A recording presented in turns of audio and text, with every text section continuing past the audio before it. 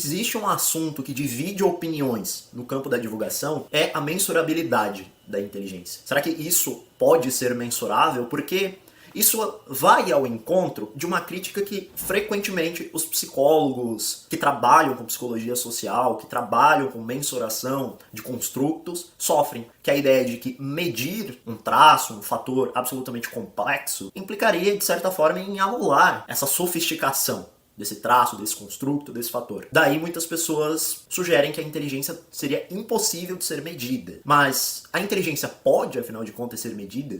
E se sim, o que isso significa? Então, eu diria que a inteligência não só pode ser medida, quanto a inteligência também ela é o construto que mais bem pode ser medido. Só que, com isso, eu não estou dizendo que medidas são perfeitas. Nenhuma medida é perfeita, nem física. O que eu estou falando é assim, a gente pode estabelecer um nível de medida que corresponda de maneira suficientemente boa para discriminar, discriminar aqui no sentido de dicionário, né? Não no sentido negativo, mas para diferenciar as pessoas em relação ao nível naquela variável que a gente está medindo. A gente faz isso o tempo todo, na verdade, na psicologia, né? A gente faz isso quando a gente está mensurando personalidade, a gente faz isso quando está mensurando, sei lá, qualquer coisa. O que o pessoal chama aí de inteligência emocional, que também é um outro debate, mas assim, é qualquer coisa na psicologia que a gente está falando, a gente está mensurando.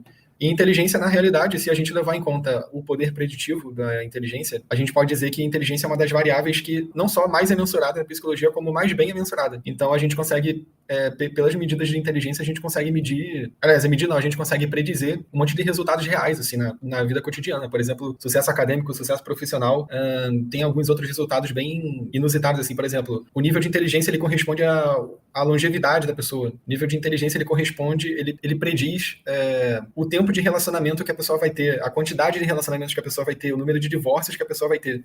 O nível de inteligência, ele prediz tudo isso. Então, e ele prediz acuradamente, né? Não é uma predição espúria, não é uma relação espúria entre variáveis. Então você pegar tudo isso e dizer assim, não, mas não dá para medir muito bem, esses testes não estão medindo nada. Então expliquem essa teoria, né? Assim, tipo, explica a validade preditiva do construto. Não dá para explicar.